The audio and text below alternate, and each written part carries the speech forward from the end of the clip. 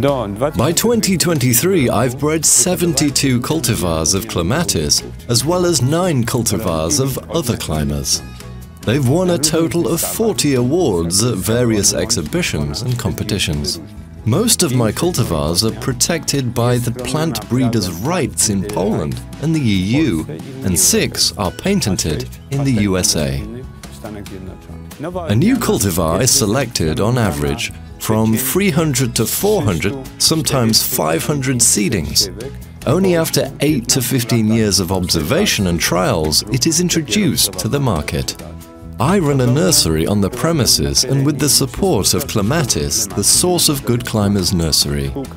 The nursery propagates them and sells them in dozens of countries on 6 continents. I started the cultivation and selection of new cultivars of Clematis when I realized that I couldn't find some of the forms and colors sought by customers among the existing ones. This was in 1992. From the get-go, I knew what I cared about the most. I established the main cultivation goals. Firstly, cultivars with double flowers, preferably blooming throughout the vegetative season.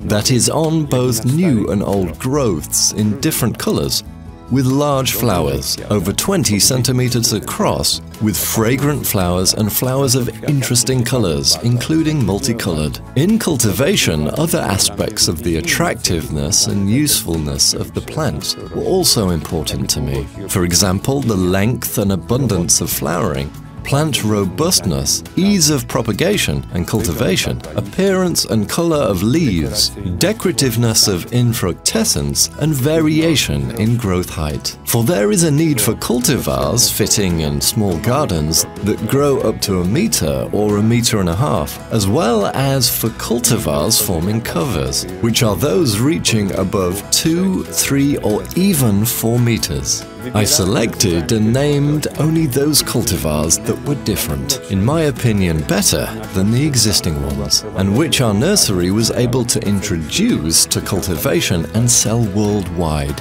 in thousands. Initially, I collected and sowed seeds from free pollination, but I quickly fell back on fully controlled pollination. The flowers are castrated, isolated, and the pollen is stored in controlled conditions. The seeds are harvested when flowers ripen. The obtained seeds are stratified and sown. The plants are then transplanted to larger containers. First B9, then C2, then according to selection, C5 and C30. In addition to controlled hybridization, I have also tried other breeding methods, polyploidization and ionizing radiation. In the controlled polyploidy, in vitro cultures, small plants were treated with colchicine. The DNA was then checked on a flow cytometer. In cooperation with Ann Majewski-Sawka and Anna Kunicka, we obtained 16 tetraploid cultivars, but only one, the Heroes of Warsaw, turned out to be interesting. I have also used gamma rays on seedlings and seeds to induce mutation. This was done in research institutes in Poland and Denmark with the use of a cobalt bomb. So far, this has not yielded a positive result, but we did manage to obtain mother plants, which will be used in further breeding. So there is a chance that we will get some positive results in the future.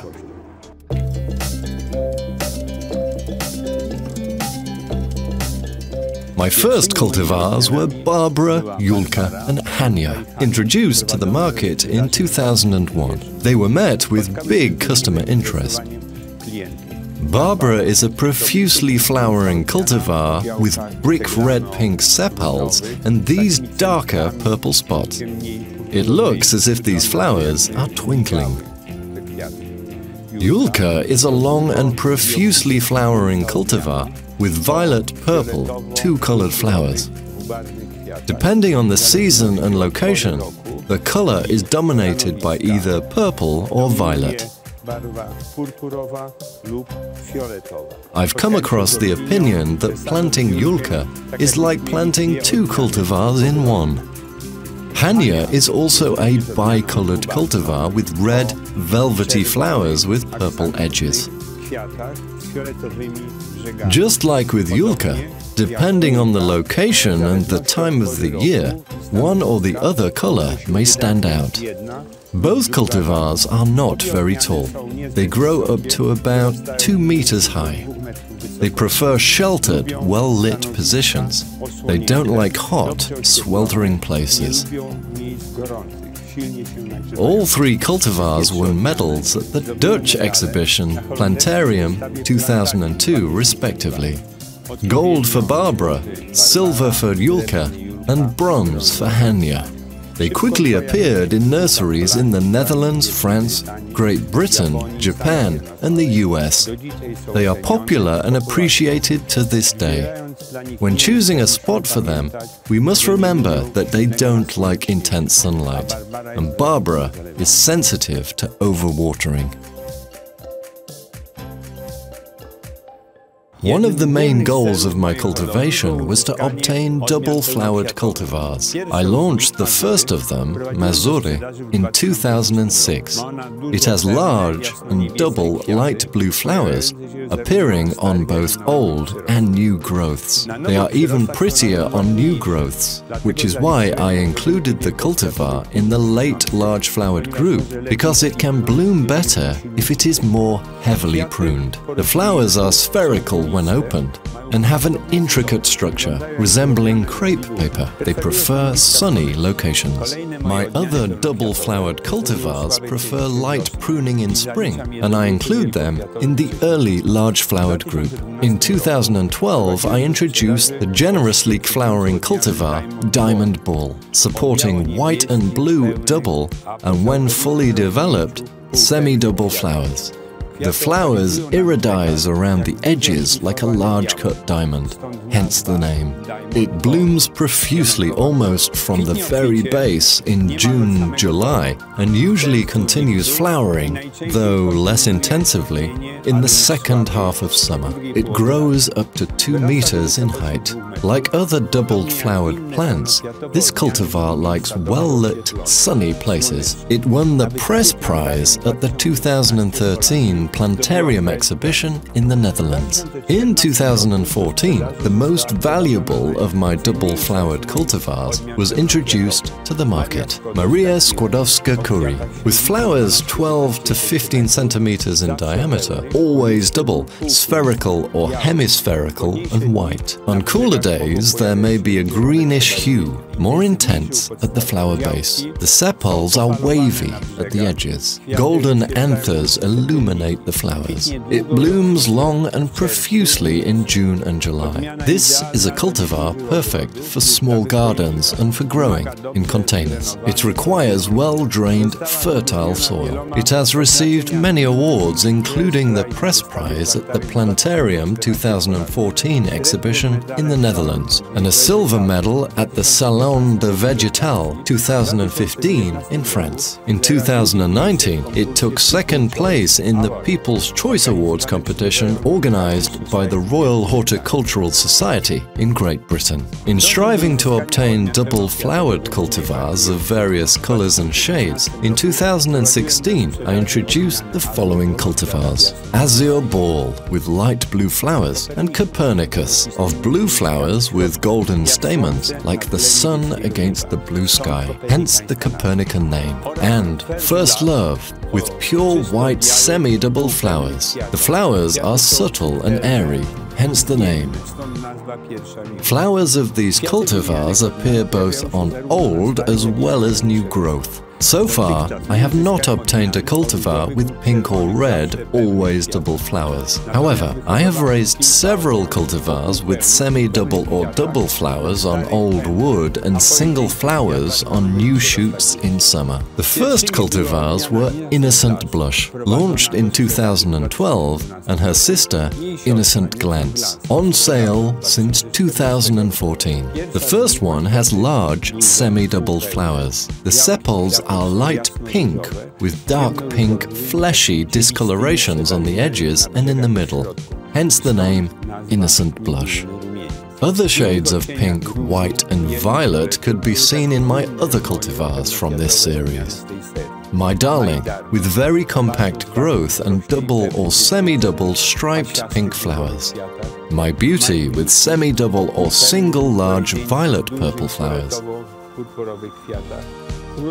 Królowa Bona, with puffed violet-purple flowers, resembling a piece of a Renaissance lady's outfit. Pistachio cake, with intriguing pink-green semi-double flowers. They are greener at first and turn pink as they further develop.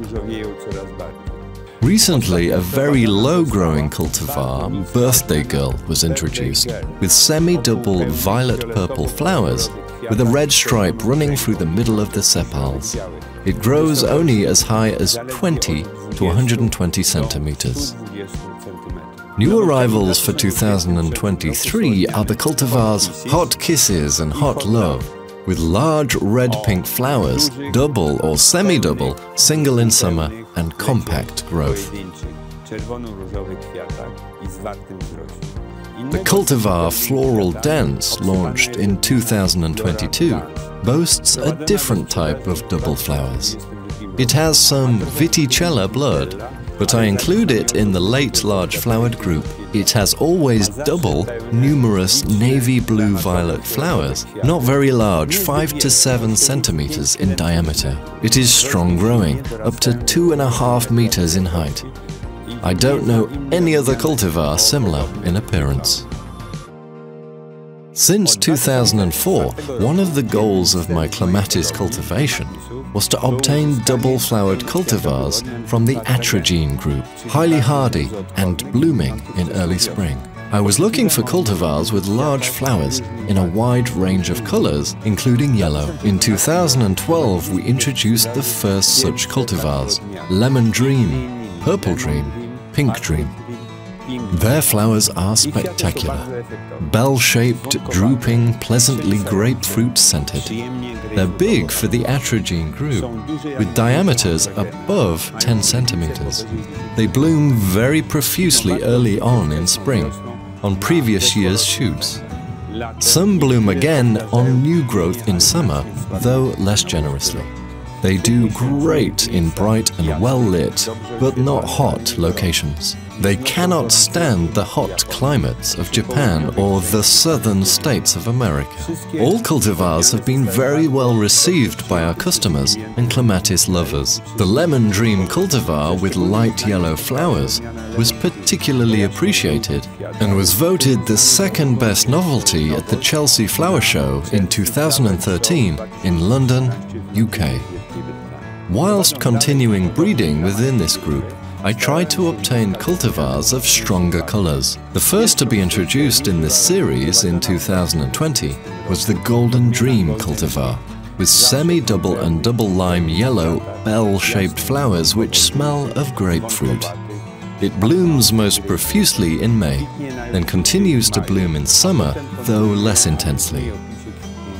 In 2021, we introduced 5 cultivars in the Surprise series, displaying large, full citrus-scented flowers, Blue Surprise with blue flowers and white variegations,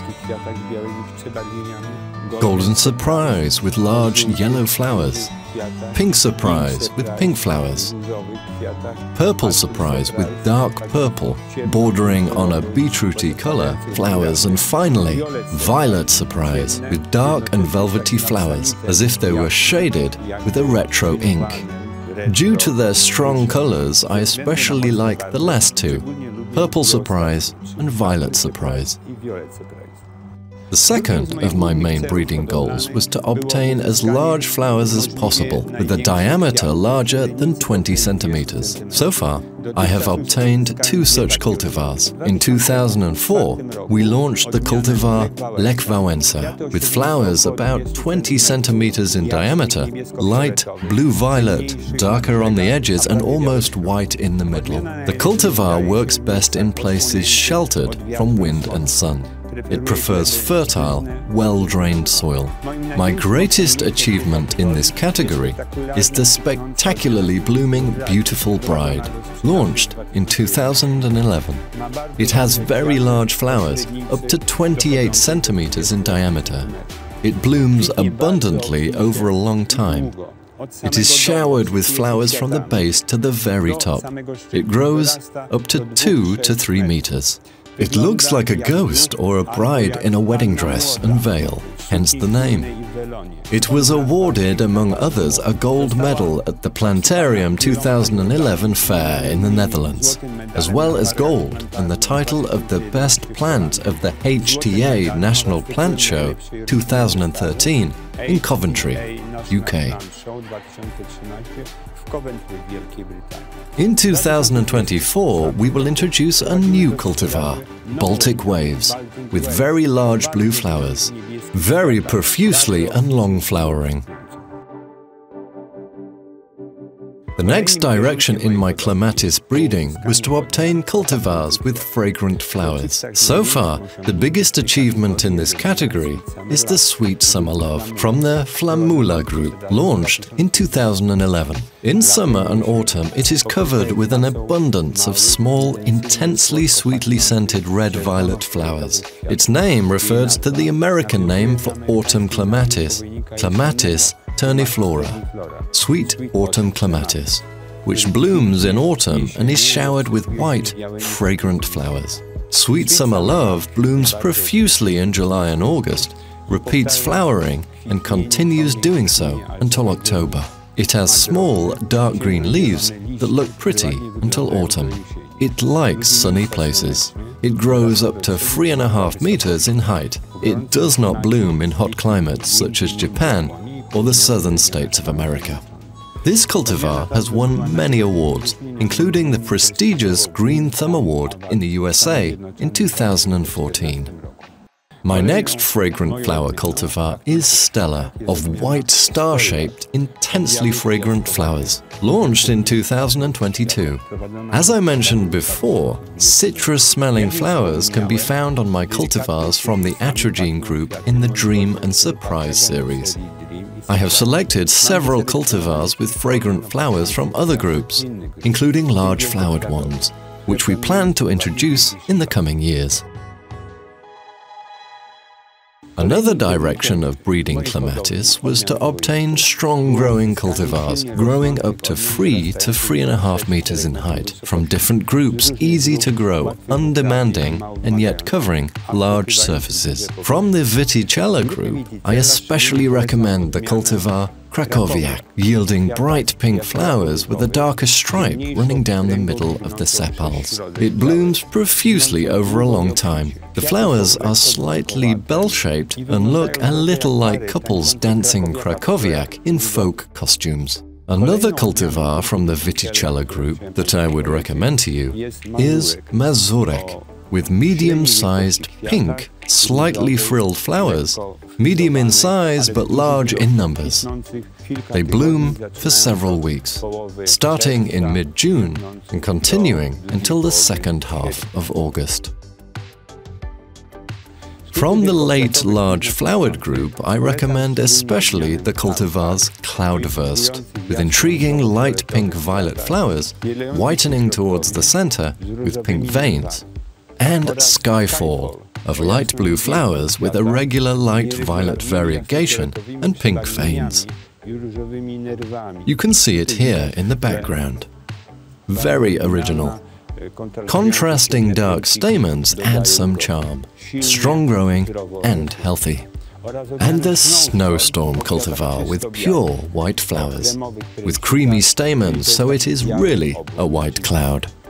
It is also worth noting the Tangutica group, and here I recommend the cultivar Kashkar with yellow bell-shaped flowers, blooming from mid-May to October and growing up to 3 meters high. When it is pruned, it starts to bloom in mid-May from the very bottom, and this image of a yellow wave of flowers moves up gradually during the growing season. Seed heads also appear after the flowers fade, and they will ornament the plant in winter. From the Flammula group, I recommend my cultivar Early Snow. It covers itself in hundreds and thousands of star-shaped white flowers from September to the beginning of November. It looks like something out of a fairy tale. It has semi-evergreen leaves looking nice in September when other leaves turn yellow and fresh white flowers. In Polish climatic conditions, the turniflora species and other cultivars begin flowering in late October and early November and often do not develop if early frosts come. This cultivar will bloom before the frosts. I also tried to obtain compact, not too tall cultivars sprinkled with flowers that would be especially suitable for planting in small gardens, on balconies and terraces. To be included in this group, among others, are my cultivars Birthday Girl, which I have already mentioned, My Darling and First Light, with white flowers, semi-double, sometimes single, with a dark center. You can also include such cultivars as the already mentioned Maria Skłodowska curry, with white double flowers, Solidarność, dotted with red velvety flowers for quite some time, and a white blooming cultivar, Maria Kaczynska, with single frilled flowers, sometimes semi-double in spring. In 2024, we will be introducing a very compact variety, Zosia, with dark red velvety flowers. Among other cultivars with flowers of an interesting color is the noteworthy cultivar Viva Polonia, with red and white flowers, or Jan III Sobieski, with dark red, velvety flowers, semi-double in spring. One curiosity is the yellow-leafed cultivars from the Atrigine group, Luminous Dusk, with lilac double flowers, and Luminous Snow, with purely white double flowers. They are suitable for planting among other plants in well-lit but not hot places. The leaves may be scorched in direct sun, while in the shade they will turn green. In 2015, I started breeding cultivars from the Integrifolia group. The first should be launched for sale in the spring of 2024.